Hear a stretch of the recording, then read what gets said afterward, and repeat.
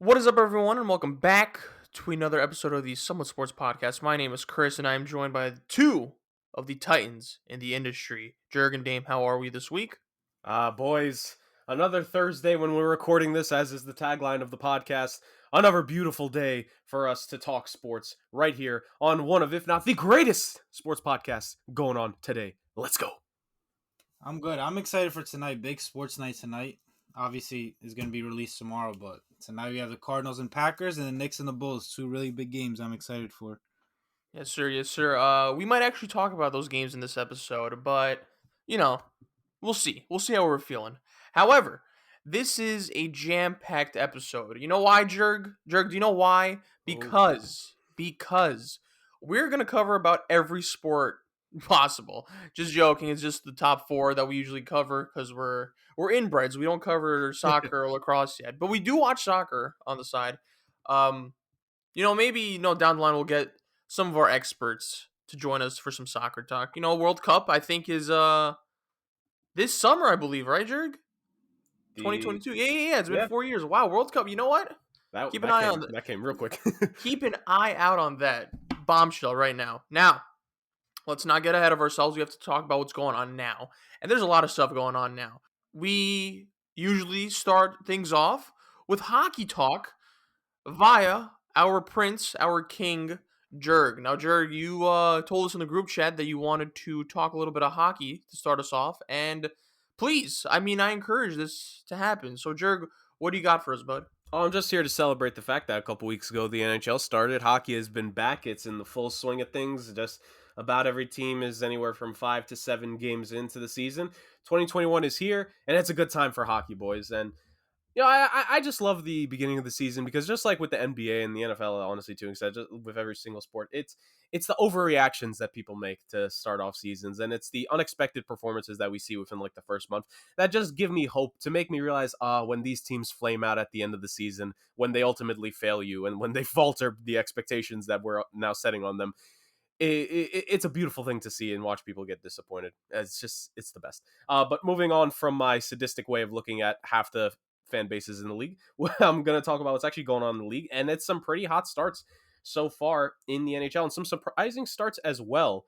I'm going to start off with the fact that there are currently, as I'm speaking, 3 undefeated teams remaining in the season as of now. Those 3 teams being the Florida Panthers, who are a perfect 7-0. They have 14 points on the season to currently lead the Atlantic Division. The Carolina Hurricanes are a perfect 5-0. They're second in the Metropolitan because the Capitals actually, they technically, the Capitals have lost. They've been losing in overtime, but they haven't lost in regulation yet. So technically, to start the season, the Caps actually have a 7-game point streak going for them, which is good for them.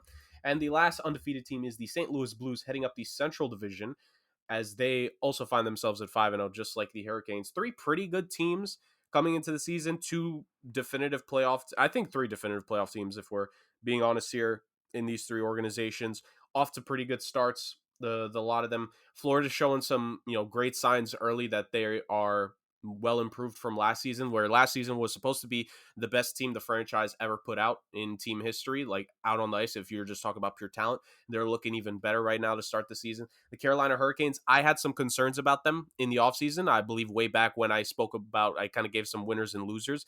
I had them as one of my losers because I wasn't necessarily sure about the moves that they made, but they're looking pretty good, at least to start off the season. And the St. Louis Blues, I think the enigma of the Central Division, as I like to call them, because they could finish first in the division or they could be a wild card team going into the playoffs. That's just the ebbs and flows of the St. Louis Blues ever since they won the Cup. And right now with this team, perfect 5-0 to start. The defense is looking pretty good. The goal scoring is fine as well. They are second in the first in the division, excuse me, in total goals for, second in the conference behind only the Edmonton Oilers. St. Louis is looking great as well. So you got those organizations are all firing on all cylinders, I should say. But you also have teams that aren't performing up to snuff to begin this season that are looking a little bit shaky. The 2-time defending Cup champions are just 3-3-1 out the gate. They've lost a couple of head scratches, including to the Buffalo Sabres, which I'll get into in a couple moments. The Toronto Maple Leafs have not looked good to start the season. They're 3-4-1. Their big four are not performing. Everyone is losing their minds. Everyone's starting to get worried about Toronto, a team that has constantly failed in the first round year after year, capped off by choking a 3-1 lead in the first round of last year's playoffs, where it's going to be interesting to see how they progress throughout the season. And a couple teams in the West as well, the Colorado Avalanche and the Vegas Golden Knights, both got kind of tough starts to the season. Vegas is 3-4, Colorado is 2-4. I think both of them will easily get back on track, and be fine. The ship will be righted. They'll get their wind in their sails here soon. And both teams will take their proper place towards the top of the divisions as well. Aside from that, just a couple minor notes around the league. Like I said, the Buffalo Sabres are good to start off the year. It's really confusing. I didn't expect this. I think the earth has been knocked off its axis because this team being 4-1-1 to start just doesn't make any sense to me. I was really hoping, and it could still happen, that they would have a chance at contending for the worst record in NHL history coming into the season, because this team just on paper was not good in any way. Now, it could still happen. I think each of the last two seasons, well, I mean, maybe not last year, but the year prior, the Buffalo Sabres actually had a pretty good start to the year. Like, they were above 500 the first 20 games, and then they just completely fell off. So perhaps I'm slightly overreacting to 6 games, but just the fact that they're playing good to start off the season is a bit of a shock, considering they've had a couple tough opponents here and there on the schedule. They defeated the Tampa Bay Lightning, like I said. The Bruins actually beat them, so to speak. They defeated the Montreal Canadiens, who that doesn't really mean much now because Montreal is just bad this season. And speaking of bad, there are 2 teams that are winless right now: the Arizona Coyotes and the Chicago Blackhawks. The less that is said about those 2 organizations, the better, because they're just both looking like hot garbage on the ice right now, and off it, actually, in the case of both of them. So there's that. And the last point I'll bring up, and I know this is gonna hurt Chris's heart here because he's a big fan of this team, but the Seattle Kraken are off to a bit of a tough start to begin the season. They are 2-4-1. They lost on opening night to the Vegas Golden Knights in a competitive game. They won their first game in franchise history 2 days later against the Nashville Predators, and has been very down ever since. I want to say up and down, but there's just been a lot of downs. Big losses to New Jersey, Philadelphia, and Vancouver. Nice win over the Montreal Canadiens, who seem to be the punching bag in the NHL now. The fact that the Kraken got their win there. First home win in franchise history, actually, being against Montreal, considering the Nashville win was on the road in Tennessee. But yeah, that just about does it. I know Chris, not a great reaction. He is definitely hopeful of Seattle. I know Dame is very happy about this, not because he hates the Seattle Kraken, just because he likes the fact that Chris is slightly suffering. I just hate Chris. That's what it is. So you have that. But, aside from that, the NHL season, like I said, kind of with the NBA, which we're going to talk about here in a moment's time, it's a young year. Some players are looking good. Connor McDavid, as always, is just on a whole other level compared to his peers. He has 15 points. A lot of other people, are relatively close, but give it a couple more weeks, and McDavid is going to be on a pretty good scoring stretch. I think to begin the season, he had like 9 points in the first 3 games, something like that. He started off completely hot, slightly cooled down, but he's gonna get there. He'll score more points soon. Alex Ovechkin with 8 goals to start off the season. We want to see how much farther up the all-time goal standings he goes. And yeah, aside from that, it's looking like an intriguing NHL season so far. Probably like bits and pieces here and there. There's going to be updates about it, but for the most part, you got to give it time, just like with the NBA. You got to let these teams marinate. Who's really good? Oh, I don't have to ask who's really bad because I think we have a good indication in some instances. But who are the frauds? Who are the the contenders, the real ones? That's a whole wait and see deal. But I'm just happy NHL is back, boys, and I'm feeling it more than ever. And that's just beautiful. Jurg's happy, we're happy on this podcast, and it seems that he's very happy. Now, we move on over to the NBA world, where I think we're, a week in? Right? Or 2 weeks in? I don't know. Just about, yeah. Whatever. Yeah, 1 or 2 weeks in. And, 5 games have occurred so far via each team, 5 or 4, and overreactions are running rampant. As they do in the sports world when, some teams start off bad, some teams start off good, surprise teams, dark horses, good teams that were supposed to be, slated to be the top tier, starting off bad, a whole conglomerate of nonsense. Now, I'm going to mention some teams that, that are notable to talk about, and then I guess it'll be like a free-for-all discussion. You guys could jump on whenever. You guys could agree, disagree, whatever you guys want. So, now, I'm looking at the East. Let's start off with the East, right? You know what? Let's start off the West, because the West is the one that kind of sucks ass this year, whereas the East is a little bit more juiced up. Bottom tier guys, we got the Thunder, Pelicans, Rockets. Now, guys, I've been a little angry. Not really angry because I don't give a shit that much, but Mhm. I feel bad for Oklahoma City, not the team, but like the fans. I don't know if they have any fans, but they have fans, but like I don't know how apparent they'll be in the upcoming years. Dude, this is like it's blatantly obvious that they're tanking. And I know that the NBA is trying to crack down on that because of like the new lottery rules. They don't give a shit, bro. Like this team is awful. It is awful. They are ski masking their fans. It like I get it. I get it. It's not a big market. The only way you're gonna be able to build a hopefully a contender or build a decent team is through the draft, right? Yeah, you're not gonna get free agents. You're gonna have to build through the draft. Sam Presti knows that. Sam Presti also comes from like the Popovich tree, I believe. So this war chest of just draft picks, it's so clear that they're tanking, and their roster is just I don't even know. Like I mean obviously because like follow the draft pretty tight. Like I actually follow the draft intensively. I could name you 5 players, but dude, this team is just straight AAU talent, man. Besides like Shy, Gilgis Alexander, and maybe Derek Favors, but I don't know, man. I think the blatant tanking is a little this like I don't know. I feel like it does kind of hurt the league a little bit, and I just think they got screwed out of the lottery last year when they were projected. They wanted to be a top 3, but they ended up being 6, and they took Josh Giddey. And Jurg, I'm sorry, but Josh Giddey has been actually playing decently. He has been playing a little decent, but I mean, what do you guys think about this? Am I overreacting for like saying that this kind of is like this sucks to see that OKC is obviously tanking, but like they're also wasting Shy's years, man. Like I feel so bad for Shy. Like yeah, he just got his money, so like that's like the good part of this, but damn man, it sucks to see. I don't hate it for their players because like a lot of these young guys probably are gonna this is like the most playing time they'll get, but it's just it's an obvious tank job, and I'm not yeah I'm very mixed on the idea of tanking, but I don't know, it's just like they blatantly lose sometimes. It feels like it doesn't look as bad because you have Shy, and Shy makes you look at least like a drop of respectable. So am I overreacting, Dame? I don't think you are overreacting, but then again, you kind of got to give them credit for the way they are playing because they're. It's not like they're giving up when they're down big. Like prime example is last night. We'll talk. Yeah.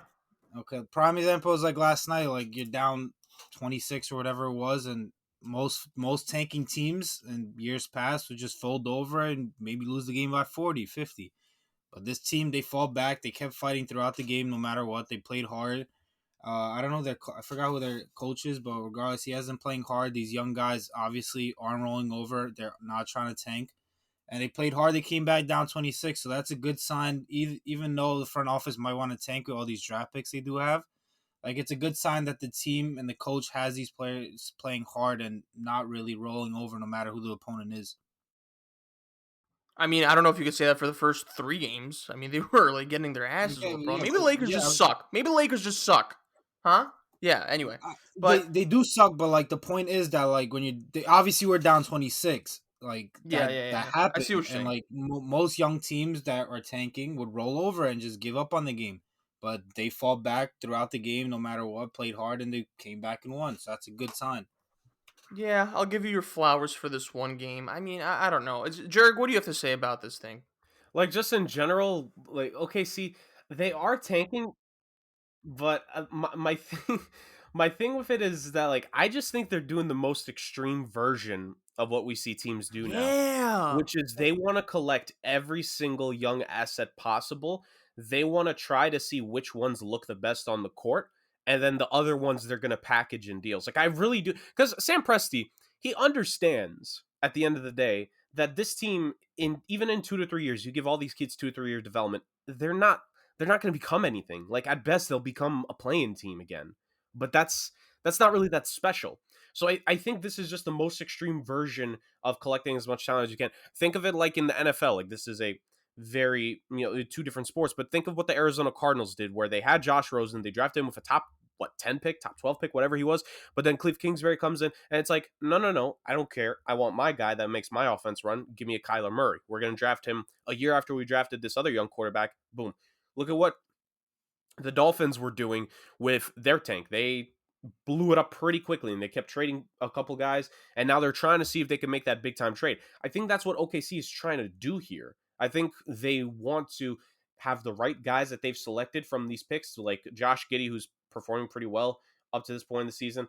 Jeremiah Robinson Earl is looking fine. Like, is it just the playing time? I don't know. I actually did kind of like him coming out the draft, but he's looking like a decent wing player that could be off the bench. Trey Mann, like the only issue here is like we don't know about the guards because Trey Mann like hasn't looked great this season. But the thing is, there's been so many guards that this team has drafted where it's like how much of a chance is he really getting? Because there's also Ty Jerome and Theo Maledon, etc. But this is the most extreme version of what we see in sports. Then that's what Sam Presti's doing here. And hey, I mean, the extreme is kind of what he's been doing these last couple of years with all these trades, getting all these picks, and trying to do all that. Like, it sucks for SGA because, yeah, even in 2 to 3 years, like this team, like I said, they'll be a play-in team at best. But kind of like what Dame said, like they're trying hard, they're working hard. I think the situation is there where they're going to like the young guys will get something out of this. Like, I don't think this is a lot of situations where like the Philadelphia 76ers, when they were tanking, none of the quote unquote young guys or most of the players on those teams didn't get anything out of it because a lot of those guys that were just role players aren't around in the league anymore. Like, I think on this team, you have Trey Mann, who, like, we know he's good. He could become a decent guard role player. Darius Baisley is looking like he can play in the game. Jeremiah Robinson Earl, like I said, he looks like a relatively solid player. Not SGA, excuse me. But like we said, Josh Giddey's looking fine. Like, there's talent on this team. Pokasevsky is looking like he could at least be a role player. Like, he'll probably stick around randomly in the league for like 7, 8, 9 years before he retires. Like, that's where I think OKC differs. But it's like you said, like, it's just, we know, like, it's going to take collapses like what happened last night where the Lakers just stopped playing. Like, they essentially stopped caring. They thought OKC would stop trying. And it didn't happen because this OKC team, yes, they're tanking, but they're not going to stop trying. Like, kind of like what Dame said. Like, Right. it's a bad visual, but internally, I think, like, I don't think the organization is letting these guys down. Yeah, but Jurg, I mean, look, this kind of started last year, and this happened like once they traded Chris Paul and like Dennis Schroeder and all them. That's why you know they were gonna go into full tank mode. But this happened last year. Like, I remember, like, they were decent, like a decent bad team last year, and once, because I remember watching them, like, yo, they're pretty good. Like, for a young, not supposed to be good team, like, they play really well, right? And then once they found out that they're just like, oh shit, we might be better than we expected, they're just like, all right, Shy, you need to, like, you sit down. Like, it's like he had a foot injury, but I think they milked it to the point where just like, we're just gonna shut you down because I think we're just a little too good and we're trying to tank. And my thing is, like, yeah, I guess, some good is gonna come out of it because, like, it's the young guys getting more playing time and more experience, but I don't know what the end game is for OKC. Because, I mean, how long are you gonna keep doing this till you get like till you like actually hit the number 1 pick? Because if that's the case, I'm like, well, what are we doing here? Well, I don't know. I'm more upset for Shy, because Shy's the one that's gonna have to like rot in this. And, like, bro, Shy to me is an all-star. I think he's an all-star, and you know what? He's not gonna get the proper recognition because he plays for OKC, man. And it's like, I don't know. I feel like it's a little detrimental to his career. But I think he'll leave soon if they don't like try to pick it up. I think by next year, they're gonna have to do something, at least to like kind of accelerate the process a little bit. Not to a point where we're just like, all right, let's try to be a playoff team, because I don't think they're trying to like. I think they're trying to be an actual contender in like 5 to 7 years, as opposed to just being a middle of the pack team. So I guess I'll commend them for that. But I still think you need to start doing something next year. But they haven't given me any signs that they might do that. But we're talking too much about OKC. Obviously, some mixed. Yeah, way too much time on a garbage organization. Yeah. Phoenix Suns, pretty underwhelming. 1-3 start. Guys, are we smelling a little bit of fraud here? What do we think? I love it. Are we smelling fraud here? And is DeAndre Ayton's contract status something to look out for? I mean, yeah, the Ayton contract is definitely going to be something you got to look out for because, Robert Sarver, being the scumbag that he is, doesn't want to pay DeAndre Ayton. And it's not a surprise. Like, if you follow the Phoenix Suns for any amount of time, this dude is cheap. I don't care if he paid Bridges. I don't care if he paid CP3. He's being cheap now. And it's pretty clear from all the reports that came out with DeAndre Ayton's team, like the Suns have not communicated properly what they wanted to do with the situation either, which is not a surprise, like at this point. But let's just move on from that. And with the struggles that this team has early on, 1-3, like I just think that, aside from that Lakers game, the defense is not looking as strong as it did last season. And not to say they were a great defensive team by any stretch of the imaginations. They weren't like top tier, but they were good enough to where their offense on most nights they'd be fine, right? The offense hasn't necessarily been that, but I think it's more so on the defense. You look at the game they lost to the Denver Nuggets. Bridges was their leading scorer in that game. Booker only put up 21 in the last game. He did put up 31 to Sacramento, but that's where this team choked it. Especially that third quarter was terrible for the Suns. They got outscored by 14 there. So it's just like, I think it's a team thing right now with the Suns. Like they need to get it together. I think Chris Paul's playing fine. DeAndre Ayton could do some more scoring. Devin Booker's actually struggled out the gate. He's not looking as hot as he did at any point last season. It's just something that, great teams will have this. There's a little bit of a hangover, and they need to just push past it and get it through. I mean, they have a schedule coming up here where I think they'll have a chance. Their next game is against Cleveland. After that, they get to take on the Pelicans and then the Rockets. So the Cavs, Pelicans, and Rockets in 3 games. Like you could get to 4-3 after this 3-game stretch here. So, and then they could get their revenge against the Kings early in November. So I think the Suns will be fine. This could just be a case. I could be wrong, but I think this is just a case of this team was great last season. They're not performing up to the standards so far, and now we got to question them. And give them a little bit of time. Yeah, I think a lot of it has to do with I think they use it in football like that Super Bowl hangover or like NBA Finals hangover. Like obviously they didn't win, but there was a team that no one expected to be where they were at. So they're also that like young, hungry team that obviously no one expected to be where they're at, and they kind of exceed expectations. So now coming into this year, like a lot of people have high expectations for them, like whether they're gonna go back to the finals, they're gonna be a true contender. So I think that kind of weighs on them, and that puts a lot of pressure on them. But where it comes to DeAndre Ayton, I do think that's going to be a problem lingering throughout the year. I mean, what's he averaging? Like 13 points this year? Like last game he had 21, but before that, I think he had single digits twice. Like, I think that's a story to definitely watch throughout the year. I don't know if he's just not motivated. I don't know if it's the Suns scheming him out or the offensive game plan or something like that. But I definitely think there's going to be something to watch and something that, of course, is going to affect this team because he's one of their best players and their best big man by far, and very important to all their success that they had last year and what they want to do moving forward. So let's keep an eye on that. But as for this, I'm not worried about them. Like I said, I just think it's kind of a NBA Finals hangover from last year. Like once they, I don't want to say lose a couple more games, they'll be more motivated. But once they kind of get in the groove of it, get in the groove of the regular season, and Chris Paul gets these guys going, I think they'll be definitely fine. I don't think they'll be the 2 seed like they were last year, but I do think they're going to be forced to be reckoned with come the playoff time. But as for right now, I just think it's kind of just like going back to last year and over exceeding expectations. Yeah, I don't know if they'll be a force to reckon with, but we'll see. Okay, other teams: Grizzlies, Nuggets, Blazers, Kings, Mavericks. They're 2-2 or 2-1. We know how these. Yeah, KP's out again tonight.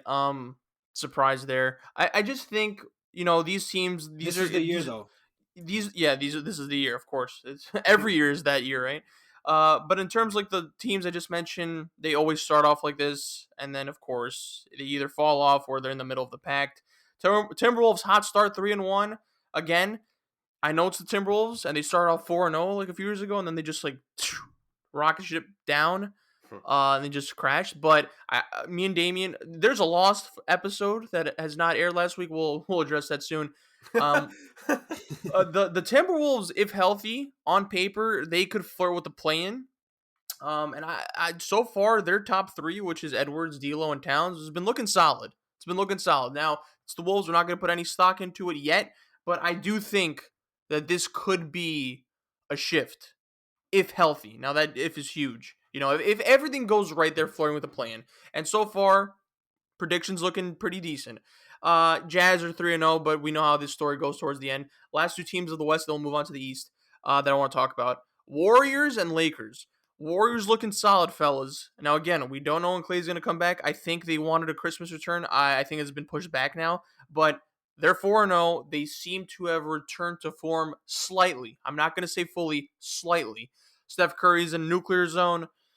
Again, they're deeper now, and I am a big fan of this team.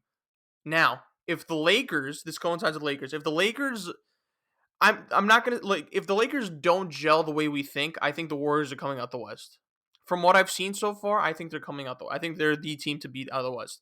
My statement with them going to the finals coincides with how bad the Lakers look now.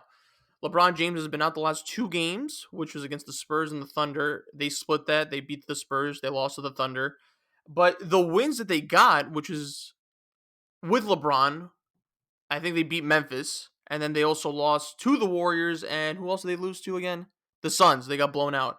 They are looking relatively sus. I don't think the Westbrook project has worked yet. I'm going to give that a few more games, of course. I'm going to give it a lot more games, of course, because that's not Westbrook's not getting traded. I'm sorry. But the Lakers are looking a little sus. They're looking a little sus. I just think it's difficult to get these players who are good individually to kind of get them in their zone because like everyone kind of needs the ball. And yeah, I'm mostly looking at Westbrook, but it's just like, man, the Westbrook thing is kind of like it lingers on the entire team. I think the trajectory of the team kind of shifts based on how Westbrook is working with this team. And I don't know, he's not working. I think he's starting to come into his own the last few games, but I don't know. It's just a little weird. And we're going to see how that turns out when LeBron gets back. But I don't know. I'm a little wary about the Lakers. These were some of the fears I had coming into the season. This is why I didn't want to write them as like the number one favorite going in.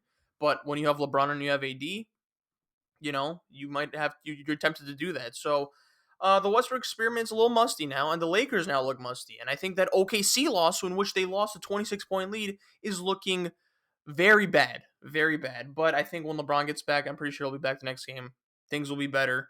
And by the way, before I let you guys go, shout out Malik Monk. I think Malik Monk is going to be a solid addition to this team, and he's shown it. He's hit a couple clutch shots already. So, Dame, these are your Lakers.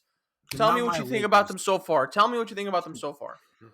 Let me first address that they're not my Lakers. I have my Knicks, and then I have LeBron. That's it. Anyways, though, like I'm not surprised with the way the season has started for them. Like I expected them to struggle out of the gate early. Same thing happened in Miami. Like when LeBron and D Wade weren't the greatest fit, took a while for them to figure it out. LeBron and Westbrook are worse of a fit than D Wade and LeBron were, so it's gonna take a while, if not longer, and I'm not surprised. But I'm not worried. I'll be worried like 30, 40 games in, something like that. Like I said, I do think this is gonna take a while because of how different these guys' games are. But just what I've seen with LeBron over the past years and throughout his career, like I'm not worried that he's gonna make it work one way or another, whether he takes a backseat or he convinces Westbrook to change his game or helps them just coexist. Like one way or another, I think they'll be fine. But even next game they lose, if they keep losing, like I'm personally not gonna care. It's just about kind of seeing growth, maybe little by little every game. Like the one bright spot you mentioned is Malik Monk. I'm extremely impressed with what he has done. The Lakers obviously signed a lot of role players this offseason, a lot of wings, and not all of them are going to play. So these guys don't have to earn their minutes and be trustworthy coming down the stretch. And Malik Monk has been really the one guy who you can trust. Like I know Kendrick Nunn has been out. Wayne Ellington, their best shooter acquisition this offseason, has been out. So there's still a lot of additions to come onto this Laker team that can definitely help them out. But Ariza. Ariza, I think, is going to be kind of out For of the defense, though. I guess so, but like when THT comes back, I think it's kind of going to be Oh, between right. Ariza and THT, so they're going to be battling for minutes. So, like I said, Lakers do have a lot of pieces, and they're just going to have to kind of shore in this rotation as the end of the season comes along and the playoffs start beginning. So, like this whole regular season is really an experiment for them. Like as they just need to get a top 5 seed to kind of get that home court advantage, top 4 seed, which I think they eventually will because I do think they'll get hot at the end of the season. But like I said, I'm not worried. I think they'll make it work. It's just going to take a really, really long time, probably second half of the year, like I said. And it's all about LeBron and Westbrook making each other work and all these role players kind of, a couple of them standing out over others to shorten the rotation up. Yep, Dame said it all there. Typical LeBron team, they're going to take the first 10 to 15 games to kind of start the base of figuring it out. Guys are going to be performing here and there. Some guys are going to be in and out the lineup because the Lakers, like the interesting thing with the Lakers is that they have the potential here to have a pretty deep team. But like Dame said, come the playoffs, they're going to have to shorten it, and they need to find the guys that are going to definitively do it. I think Malik Monk is earning early favors here, but THT is going to have to come back. So you got two guys at the 2 guard spot there. Probably going to bump out at Avery Bradley. Where does Kendrick Nunn fit into this? Because I actually think Kendrick Nunn could have a pretty good impact just as a scoring guard off the bench. When Trevor Ariza comes back, they're going to need him to help defensively because right now this team isn't looking that great on the defensive end of things. If choking that lead to OKC is any indication, depth behind Dwight and AD. How often is DeAndre Jordan going to play? Just all these little things. But at the end of the day, yeah, the number one thing is going to be between number one thing is going to be between LeBron and Westbrook and them figuring it out, and then injuries as well. Like they have a couple injuries here early on. LeBron got dinged up way earlier than he normally does, and also AD, he played the OKC game hurt. Apparently, he looked fine, but didn't do anything at the end. So there's that. Like I think with the Lakers, it's just a case of you just got to let it be. Like this is a case of the first 5 games of the season, they're not looking great, but again, it's 5 out of 82. Like, how many times do we have to teach everyone? It's like the first 5 games of the season, the first 10 games of the season don't mean anything. Last season, the Miami Heat were like 5-9 or like 6-10 or whatever at the very start of the season.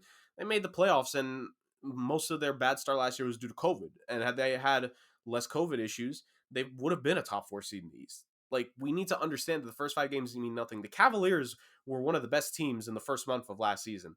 And what happened? They got the number 2 overall pick. Like, this doesn't matter. Like, especially a LeBron team, this means nothing. They'll be fine. They'll get it together midway through the season. And then in, like, that, from game, like, 59 to 70, they'll have issues again to where Skip Bayless is going to question if this team will even go far. And Stephen A is going to yell about how LeBron, can he do it at this old age and all that. And then the last 10 games, they'll figure out the rotation they want, and then they'll go deep in the playoffs. Like, this is literally the formula for the last decade. The fact that we're still questioning this, like, it's funny to me. I'll say this, though, Jurg. The only reason why I'm not questioning it is because of LeBron. You know? And I know some people might like listen to this and be like, well, what do you guys think about the Suns if you're like questioning whether they're frauds or not in the first 4 games? I think there's a lot more external factors that are affecting the Suns, like DeAndre Ayton's contract, and of course the finals hangover. Excuse me, Suns, you didn't win the championship. Sorry, but there's a lot of extra, and then there's the whole Robert Sarver, article that might come out soon. So there's like a bunch of things happening. And of course, the thing is, yeah, it's LeBron. The Suns haven't given me any indication that they're gonna do.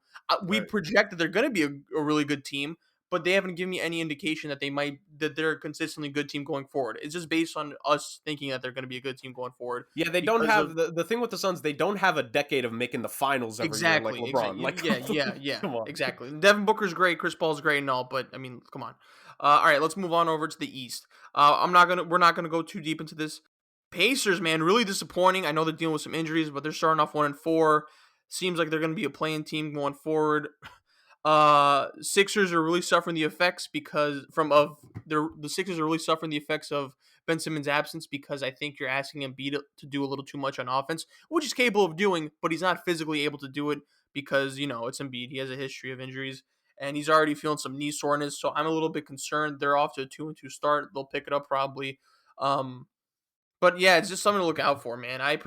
You know what? We didn't. There's no evidence that I said this because I did say it, but it's a lost file. I said the Sixers would struggle, but I mean, there's no proof. So Celtics 2-3, not a good start. Again, I think they just got Horford back. Josh Richardson and Juan Hernangomez are still out, I believe. 2-3 start. They've looked pretty sus, but I think they'll be able to pick it back up once everyone is healthy. Bucks 3-2. I'm not going to put too much stock into that because they are missing Drew Holiday, and I think Brooke Lopez is a little hurt as well.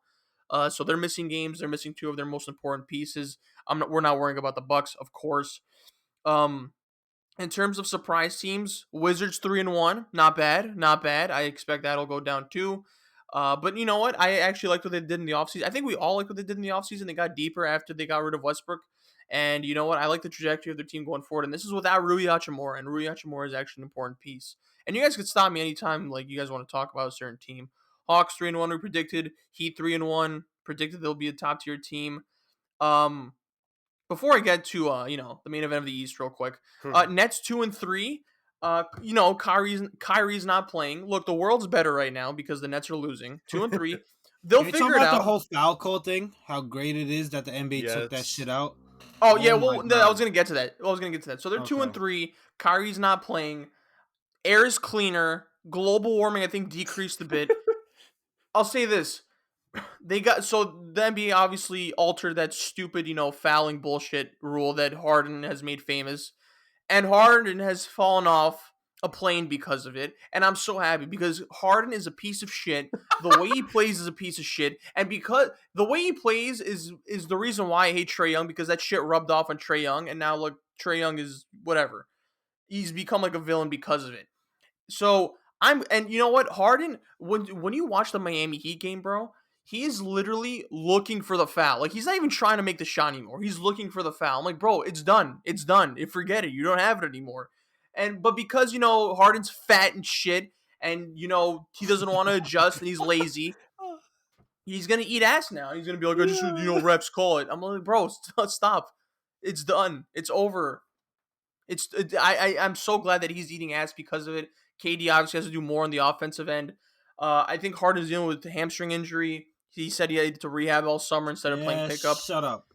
I hear a lot of nonsense. You can't tell me that Harden was probably in strip clubs, not getting bitches probably. But it's just whatever. I'm happy this is happening to the Nets. It couldn't happen to a worse piece of shit like James Harden. I mean, it could, but clearly they're missing Kyrie. Kyrie doesn't want to get vaccinated. All is well. All is well right now. The villain, not even the villains, the scumbags of the NBA are getting what they deserve. I don't care. They deserve these L. They're gonna pick it up. We might as well just get our jokes out of the way now because they'll pick it up. But man, does this feel good? And it feel like Harden complaining like a little, bitch is even more fun to watch. So Dame, you want to talk about this? Go ahead. Yeah, man, I just want to give credit to NBA where credit's due. Yes. Like, I've hated watching these players just not play basketball and just look for fouls because it just ruins the fun of the game. Like, the basketball's supposed to be entertainment and, like, fun for the fans to watch, but when the guy, James Harden, is going to the line 15 times a game, 20 times a game, like, it's not fun to watch. And, like, you can see now with these highlights against the Heat, there's, like, 4 or 5 times where he blatantly just looks for contact and wants to just get a foul call instead of just playing basketball. Like, he's nowhere near even the scoring position a couple times, and he just looks to get a foul call. For what? Just to stop the game and stop momentum of their offense?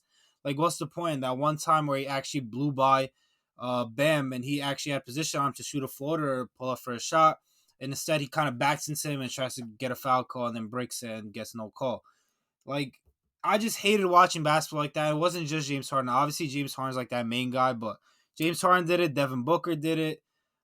Damian Lillard did it. Embiid did it. Embiid did it. Trae Young did it. Like, there's a lot of guys who did it, but James Harden is kind of that poster boy.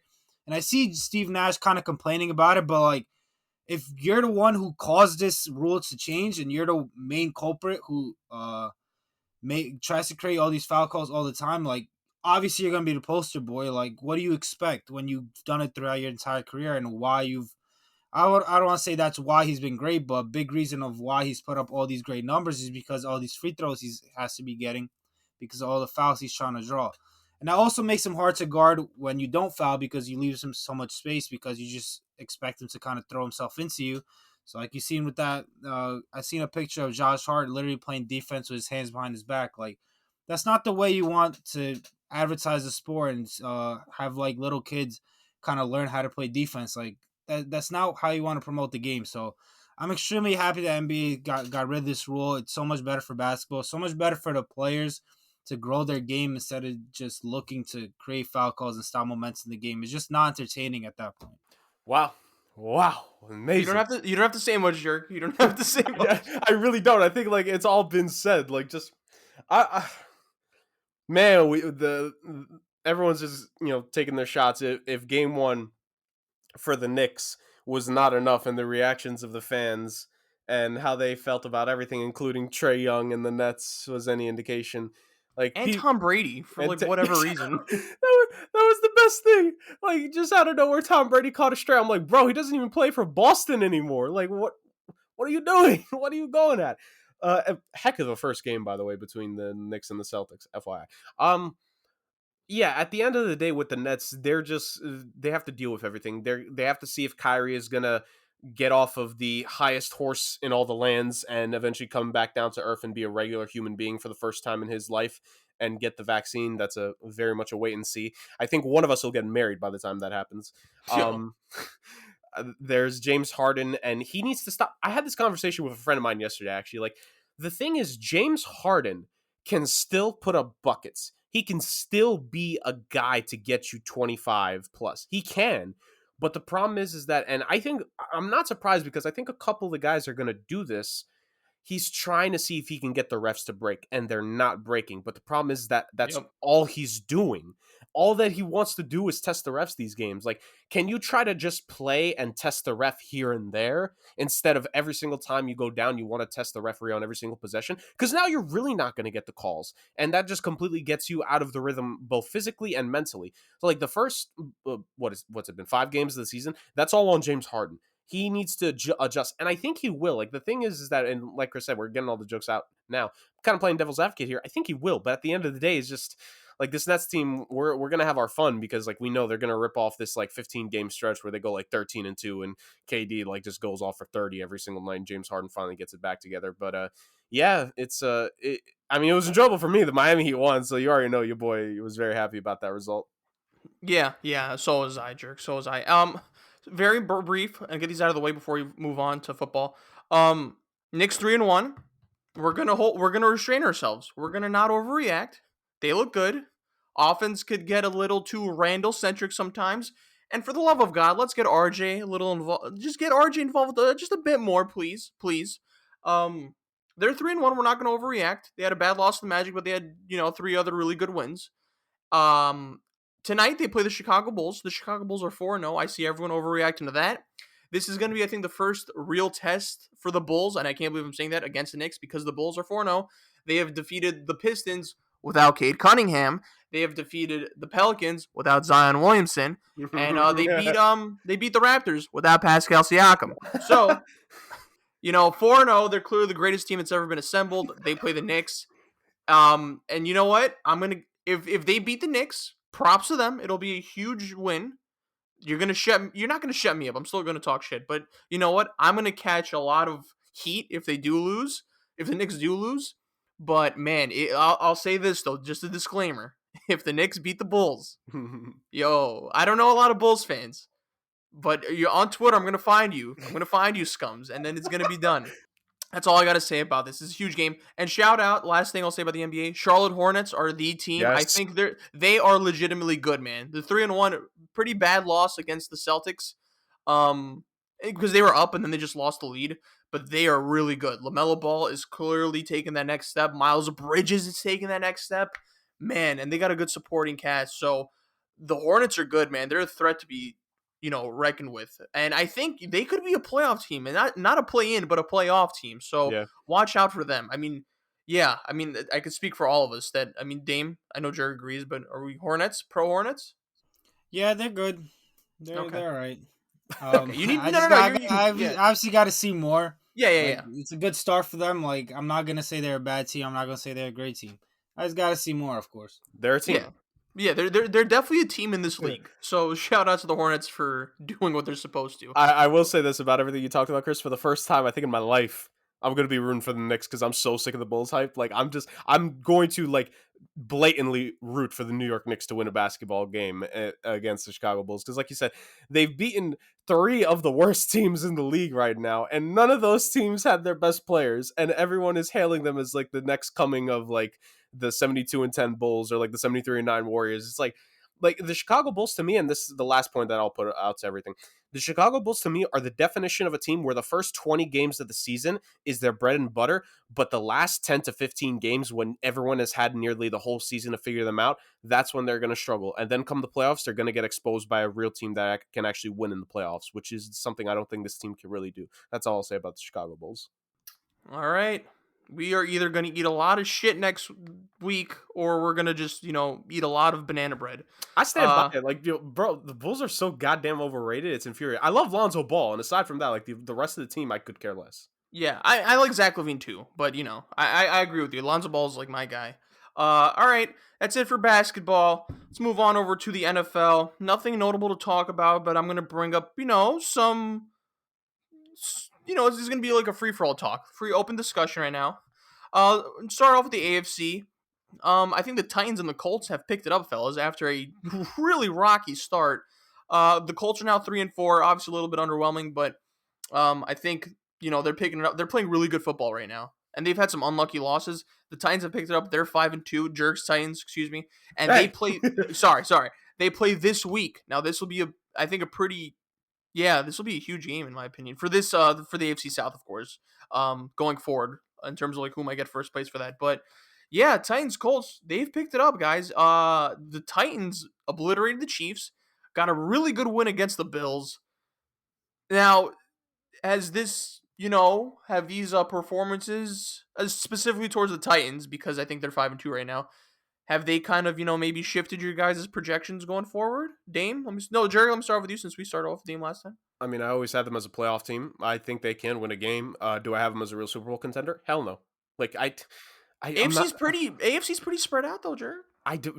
Man, it come the playoffs when Derrick Henry finally gets stuffed and they need to rely on Ryan Tannehill to win the game. No, because let's be real here. Derrick Henry, he's going to have at least one bad playoff game. And in that game, Ryan Tannehill has to win them the game. And I will continue to say the not top 10 quarterback, Ryan Tannehill, if you need to rely on him to win you a playoff game, it's not going to happen. It's just not going to happen. Yes, do I give them more than a puncher's chance against the Buffalo Bills? Of course. They've proven they actually can compete with him, beat the Bills, not just this year, but even going back to last season. But their secondary has to be top notch for that to happen. Yeah, that's the thing. They're kind of getting away with stuff, man, because that Titans defense is not good. Derrick Henry is really, really plugging the holes for that team, because come the playoffs, and we saw this with Kansas City in the Super Bowl last year, if you have a poor defense, you're going to get exposed. This Titans defense is not good. They will get exposed. It's all about if the offense can help them enough. And can they do that? Maybe, depending on the opponent, yeah. And if Derrick Henry just goes off, sure. But can they beat Baltimore again? I mean, I'd love to see them go at it again, because it'd be the third year in a row, the rubber match. All right. As we like to call it in the wrestling business. Them and the Bills would be entertaining, because I think Josh Allen would want to prove himself, because it was just one play that made the difference in that game. If they face the Chiefs again, if the Chiefs make the playoffs, holy heck, that's gonna be a heck of a game. We'll talk about that. But yeah, aside from that, good for the Titans, but just I don't know, man. This isn't a case where it's it's not impressive. It's impressive they're beating these teams right now, but it doesn't do anything for me come the playoffs, because bad defenses get exposed, and nothing will change the fact that team has a bad defense. Nothing's going to change it. How about this? This is actually a more interesting question right now. Dame, this goes for you. I mean, Dame, do you have anything to talk about with the Titans, or did Jurg just cover it? No, I mean, I don't believe in them as a real contender. I mean, they've had some impressive wins. That's cool, but when it so comes wait and see approach. Yeah. Okay. How about this? What about the Colts? Do we have faith in the Colts? They have picked it up. Okay, no faith. No confidence. They're definitely not as bad as they were to start the season, and I do like Carson Wentz. I think it was just going to take some time for him to get acclimated, but you like Carson Wentz? Yes, I do. Yes, but okay. I just thought it was going to take some time for him. But do I think they're going to be a real contender or even a playoff team? Probably not. Well, probably not to the playoff team. Definitely not to the contender team. But I just didn't think they were as bad as they were to start the season off. Mm-hmm. Yeah, kind of the same. They're playing better, but Carson Wentz still hasn't looked great. He's playing better, but it's not hard to play better after you sprained both your ankles on a play, and also within the he sprained both his ankles, then he threw an interception just before or just after that. I'm just saying it's not a high bar to clear in Indianapolis. Let's see Carson Wentz actually play a great quarterback again, and then there'll be a little bit of belief. And hey, he has the opportunity, because Titans Colts this weekend, that's a big time game for the Colts right there. Yeah. But I'll say this though, if he is heating up, if this is actually true, if it's consistent, now is the perfect time to do it, especially because we're getting into the middle of the season. So, Titans and Colts gonna be a good one. Let's move on over to the AFC North. This seems to be the most stacked conference of all of them, contrary to popular belief with AFC West, because we'll talk about that. AFC North, Look, Steelers are 3-3, but Big Ben is their quarterback. Let's be honest. I don't think they're gonna, Moving on. go far here. Browns 4-3. Now, uncertainty with Baker Mayfield because I think he's hurt at the moment. Is he playing next game? What's the injury status? I think he's so questionable, to be honest. Yeah. Well, Case Keenum going forward, yeah, I don't know. I think I'm losing more faith in the Browns as the season progresses, which leads us to the top two teams. Ravens are 5-2. I think the Ravens are. I think they're an AFC contender, right? I think we could all agree that the Ravens are an AFC contender right now. Lamar Jackson is playing, as good as I think he's ever played so far. I think this is his best season actually, and maybe it's because expectations are low, and I did just think he is just playing really well. But they're not the story coming out the AFC North. The Bengals, guys, Joe Burrow is playing like a top 10, he's playing like a top 10 quarterback. I don't think he is, but he's playing like a top 10 quarterback. And him and Jamar Chase, man. Look, this Bengals team has offensive weapons, man. You talk about Higgins, Jamar Chase, obviously, Mixon. They are doing some good things right now. And, they're 5-2. They play the Jets next. Likely 6-2 after that. Guys, are the Bengals a legitimately good team? Dame? It's so tough because I still don't really believe in that defense. But that offense is Fair. explosive, man. From Joe Burrow, like you said, playing a top 10 quarterback, top 7, something like he's playing like one of the best quarterbacks in the league. Of course, Joe Mixon at running back. Then you have all these receivers and Jamar Chase, T. Higgins, Tyler Boyd. And now one big question mark coming into the season was their offensive line. And that offensive line has been playing pretty good this season. Kind of showing that Jamar Chase was the right pick at that spot. But, man, are they for real? Are they a real contender in AFC? Like, I wouldn't say so. They're still very, very young.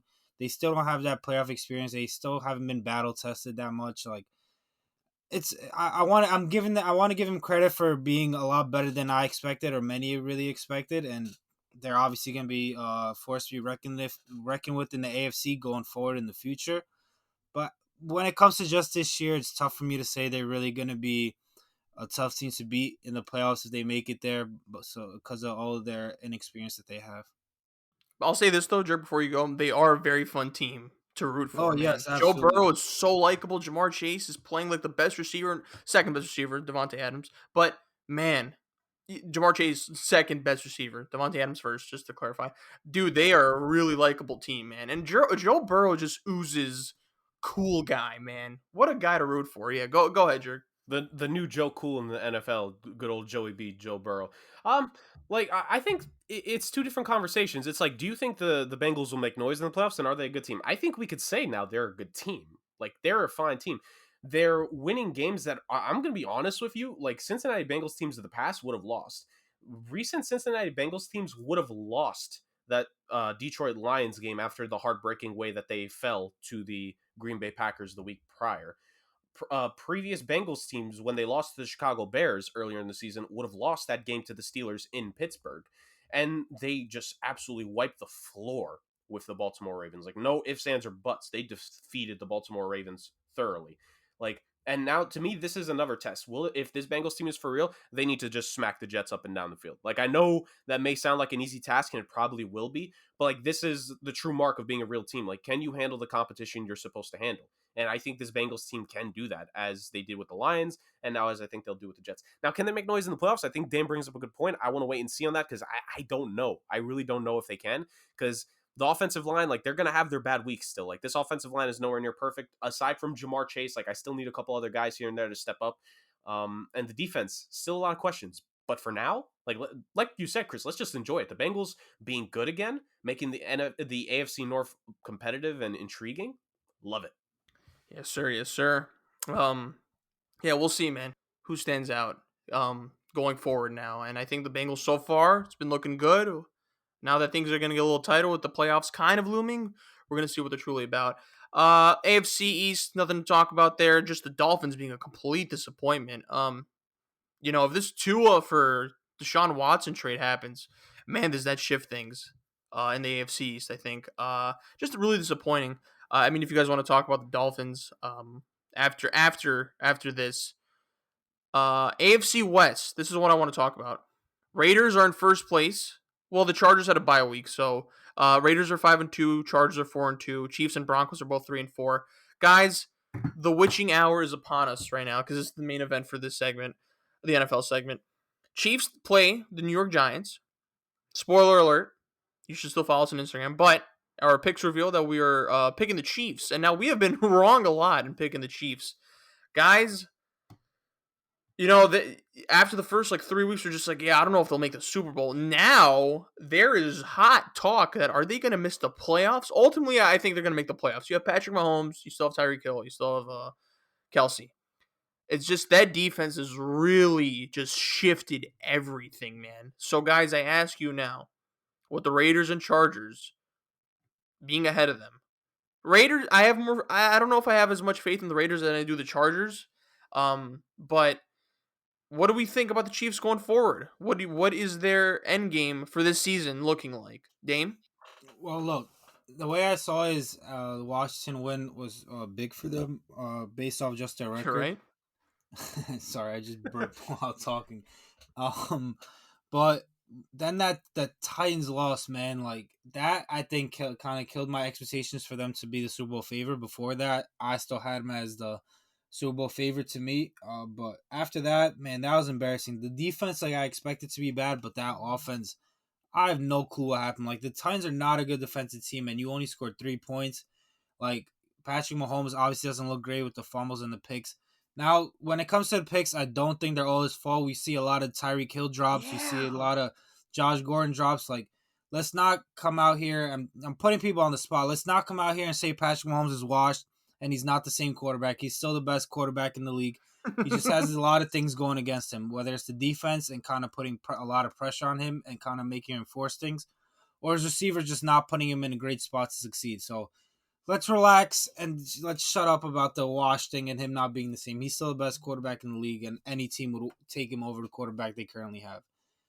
Now, when it comes to the Chiefs, like I said, the Titans win was very telling to me as it goes for their championship aspirations. Now, this Giants game coming up on Monday night, I think is going to determine how I feel about them making the playoffs in general. Because if you lose to the Giants, or 1-5, or whatever they are, We're done here. Well, then we're done. done. We're done. Yeah. I'm done. I'm not even saying like, oh, I'm not worried. It's still early. Like they're gonna make the playoffs, and once it's the playoffs, you just never know. Like, nah, I'm done. You're not a good team if you lose this game. I'm done with you. I'm not defending you anymore. So you better win this game if you want some love from me on this podcast or in general, because this is a big game and it comes down to Monday Night Football too. So thank God Patrick Mahomes is healthy though. He took a very scary hit at the end of that game, but I don't know how he passed concussion protocol right after that hit. So I know he's going to be healthy for this game, so that's good. So let's hope for the NFL's sake that the Chiefs do win this game and kind of get it rolling, because the Chiefs are a fun team to watch. Yeah. Yeah. Yeah, I think that's a good way. I think right now the Chiefs, I'm still not sold on the Raiders. I'm really not. I still think that team is probably going to choke this somehow, some way. But I think right now for the Chiefs, I don't think the division is theirs. I think right now I'd more so favor the Chargers to take it at this present time. I think the Chiefs as a wild card team is the most likely scenario at this point, unless they just somehow completely turn around, which would be highly entertaining. Yeah, that defense is just bad, and kind of like what I said with the Titans. Like, I'm going to be fair here. I don't think this is a good defense at all. I don't think they'll get better. They'll have good games, but they're not going to get better to the point where you're going to be confident in them. It's all right now. It's about the offense. They need to fix what's going on there. Mahomes, I don't think he's lost a step like some people are trying to say. I do think looking back, the injury he had late last season, like his foot injury, I don't think it's as healed up as we were led to believe. I think he's still a bit dinged up, and he isn't always looking comfortable on some of these throws. And like you guys have said, like the offense is just, it's not clicking right now. And this normally happens to an Andy Reid team like later in the season, not in the first half of the season. So this is going to be an interesting coaching job that Andy Reid has to do. But yeah, until they have like a really bad loss, like the Titans one was tough, yes, but I still believe them to be a playoff team. The loss to the Buffalo Bills was brutal, yes, but I still had belief in them. Like, just let them get to the playoffs, let them do their thing. If they don't blow out the Giants by 2 touchdowns, I'm like kind of like what Dame said. Like what reason am I have for you? Should I have that when you make it to the playoffs? Like you're going to beat whoever the second seed would be. Like just Like you got to start collecting these W's, especially because the last part of the season for them, it's not going to be easy because following the Giants game that they have the Packers immediately following the Giants. Then after that Packers game, it's the Raiders, it's the Cowboys, it's the Broncos. I think they'll beat the Raiders and the Broncos, but the Cowboys game is interesting. They have the Chargers in the last 4 games of the season are Chargers, Steelers, Bengals, and Broncos. Like essentially from here on out, aside from this Giants game, they're going to be facing either playoff teams or playoff like contending teams. You as Kansas City, like this is the ultimate test. You want to prove us all wrong? Like have a great end to the season from this point forward. Fix it.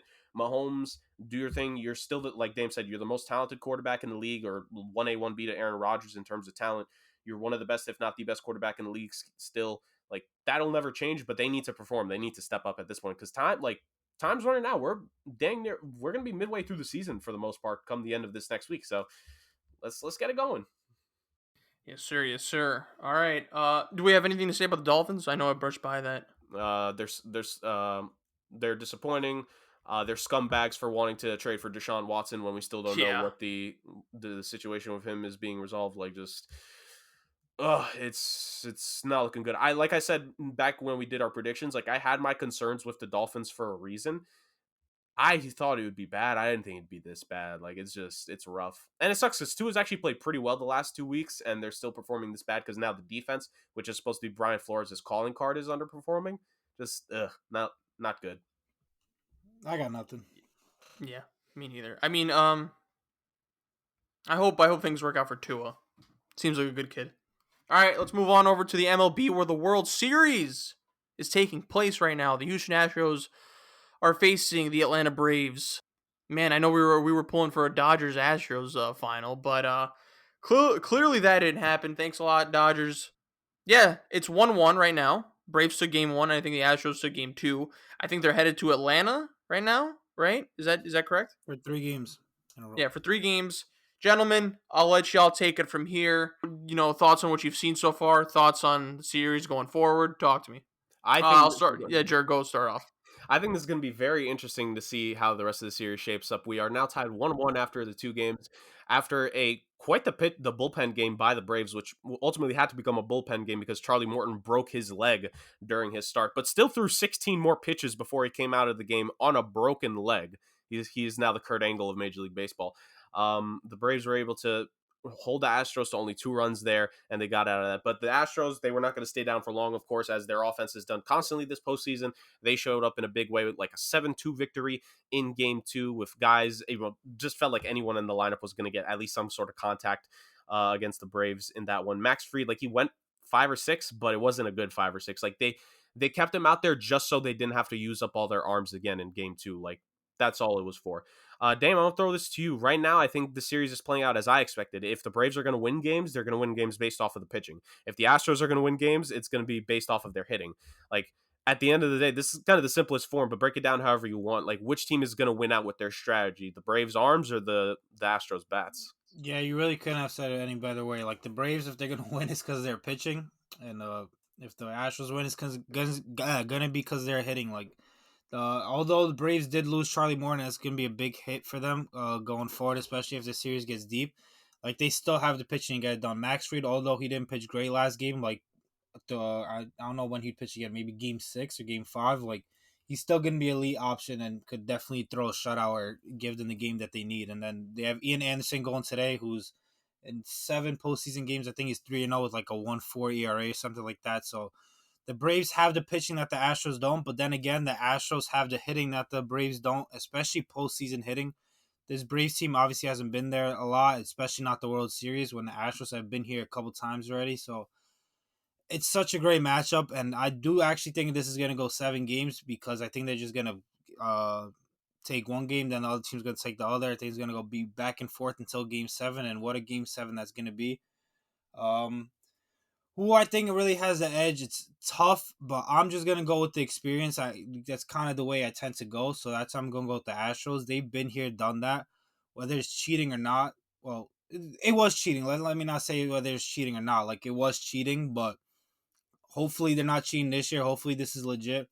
The most frustrating part about them cheating was obviously that they're so talented that they didn't need to cheat to be this good, so Now that they're here without cheating, hopefully, I think they're the team that's going to win this World Series. I just think at the end of the day, their clutch hitting, their postseason experience hitting is going to overwhelm this young Braves pitching. Like, let's keep in mind that all this Braves pitching outside of Charlie Morton is extremely young. Like Ian Anderson, Max Fried, Kyle Wright, all these guys don't have that much, not only MLB experience, but postseason experience, let alone World Series experience. Like, on the other hand, you have Carlos Correa, Alex Bregman, Altuve, Alvarez, all these guys have been there already and experienced all that pressure and all that weight on their shoulders when it comes down to that one big at bat to kind of win that postseason game and keep it going. So I'm going to go with the Astros based off their hitting experience and the inexperience of the Braves pitching. Yeah, I think that Morton injury just really it dampers your thoughts on it because, like you said, I do think Max Fried, like he is the lone pitcher remaining in the series that can go out there and win you a game, and he can go 7 innings. But the problem is that now that the Astros have figured him out in one game, like what are the odds that he's going to collect his kick together in the next? Because, like you said, he's probably going to see the mound again. I'd imagine for game. I think they're going to try to wait till game 6. I wouldn't be surprised if it's game 5 if they're down like 3-1. But yeah, it's a really difficult thing. And I think what we've seen in this postseason is that, like, as good as your pitching may be, the Astros will figure you out. Like, they figured out the Chicago White Sox, who had 2 AL Cy Young Award candidates in their starting rotation. They figured out after trailing 2-1, they just demolished the Red Sox for the rest of that series. And now them against the Braves, they struggled in that game 1, but then they figured it out in game 2. To me, if the Astros can start hitting on this Braves relieving core, which has been stout throughout the postseason, then Atlanta is just done for the series. And I think the Astros, like, they may have just tied the series, but it feels like they're the overwhelming favorite right now because of the way they won. It's just more impressive in today's game that we're going to see a repeat performance. Like, what's more likely what we're going to see? Are we going to see the Braves pull out another like 3-1 win like they did like against the Dodgers and the Brewers? Or are we going to see the Astros pull out like another 8-1 victory or a 9-3 victory like we saw them do against the White Sox? And yeah, the White Sox and the Red Sox. Oh, they beat all the Sox teams so far. Ain't that funny? But yeah, I just think it's really interesting to look at it that way when you consider like how different these two teams are and they're converging together in this World Series is what to me makes it so intriguing. I know you said you have the Astros winning, Dame, like, and you kind of broke it down, but what has to happen for the Braves here for them to have a chance? Like, because to me, their offense needs to find a way to just like break through here. They have to like this. The funny thing is, this Braves offensive team is talented, right? There's Freeman, there's Ozzie Abias, like there's guys on this team, but it just for some reason they haven't consistently put it together in this postseason. I mean, I'm just gonna put it out. Like they have 3 games in a row at home right now. They need to win 2 out of 3, or it's over. Like it has to come down to them winning 1 out of 2 in Houston, in 6 and 7. But they need to win 2 out of 3 in Atlanta, or the series is over.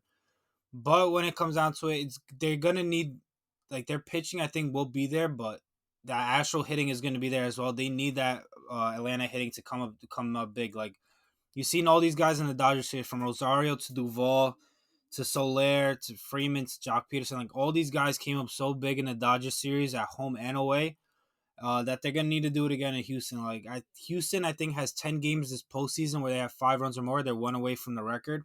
Like, that's what the Braves need to do. They need to score 5 or more runs for this pitching staff, especially for that bullpen, when they come in later in the game, to be able to give themselves a chance to win these games, because just elite young pitching isn't going to be enough against these experienced Astros hitting. Like, they're going to need the hitting of their own to kind of give their own pitchers kind of like uh less pressure on them and give them more of a cushion.